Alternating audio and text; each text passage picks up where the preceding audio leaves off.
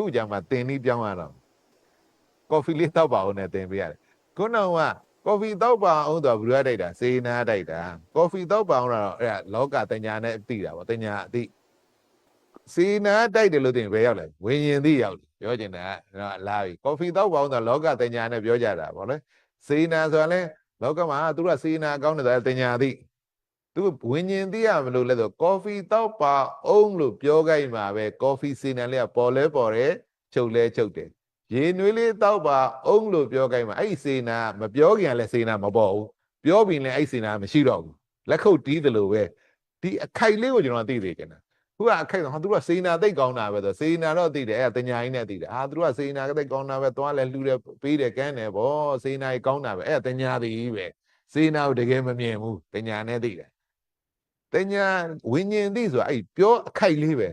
ကော်ဖီတောက်ပါအောင်လို့ပြောခိုင်းမှာပဲကော်ဖီစင်နဲ့လဲပေါ်လဲပေါ်တယ်ချုပ်လဲချုပ်တယ်ရေနွေးလေးတောက်ပါအောင်လို့ပြောခိုင်းမှာပဲရေနွေးစင်နာပေါ်လဲပေါ်တယ်ချုပ်လဲချုပ်တယ်မုံလေးစားပါအောင်လို့ပြောခိုင်းမှာပဲမုံစင်နာပေါ်လဲပေါ်လဲချုပ်လဲအဲ့ဒီကြမှာဝิญဉ်သိစေနာရဲ့သဘောသဘာဝပါတေချာနားလည်လားကျွန်တော်တို့ကဒီလိုသဘောပေါက်အောင်ဒါကဝิญဉ်သိရ